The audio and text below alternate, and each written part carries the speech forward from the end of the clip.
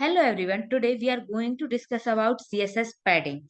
So padding is used to create space around an element's content, or in other words, inside of any defined borders. So we should always remember there is a difference in padding and margin. In padding, the space is created inside of any defined border, and in margins it is created outside of defined borders.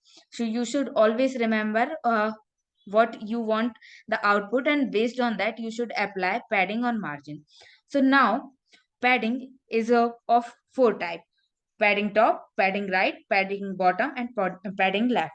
Now we will discuss some properties of padding. So it has one of the property which is length. So the length is a way to represent or to apply padding. So if we want it is a measuring property, we can say.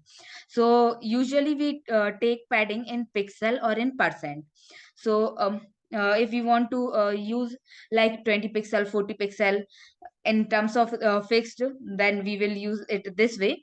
And if we want based on to change it on screen size, then we will apply in percentage.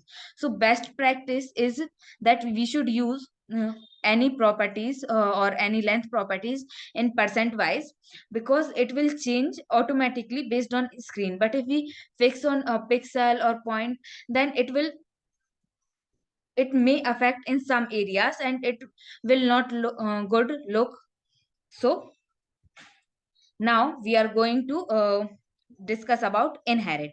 So if we want the padding property to be taken from parent element, then we use inherit. And we should always remember that padding do not have negative values, or we cannot apply negative values in padding. Now we will see these four properties with the help of example. Right now you can see in this navbar area we don't have any space above and bottom, it is not looking very good. So we will apply padding top and padding bottom here, and we will also apply padding left in this home area, and padding right here in contact us area. So we will get some space in both the areas. Right now I will go to navbar area. So there is also one thing, we if we want to apply padding for all the four areas, then we use this value padding. But right now we only want it for left and right, so we will take them separately. Otherwise there is one more option like this padding. So here we can apply in all the four areas if we require. Right now I'm not using it. So padding left. Okay, sorry, we are going to take padding top for navbar area. So we will take it as 20 pixel. Now padding bottom, we will again take it as 20 pixel. Now we will look first for navbar. Okay, so you can see we have gotten some area above and bottom. Now we will try to apply this gray navbar area where links are given. We will give here left and right. So this is the div ID for this gray navbar. So padding left, we will give it as 30 pixel, and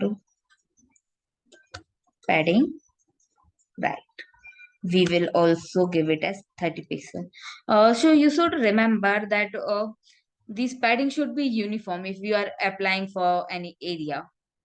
So as you can see, we have gotten 30 pixel and 30 pixel at both the ends. So you can use this property as per your requirement. Thanks for watching this video. Thanks everyone.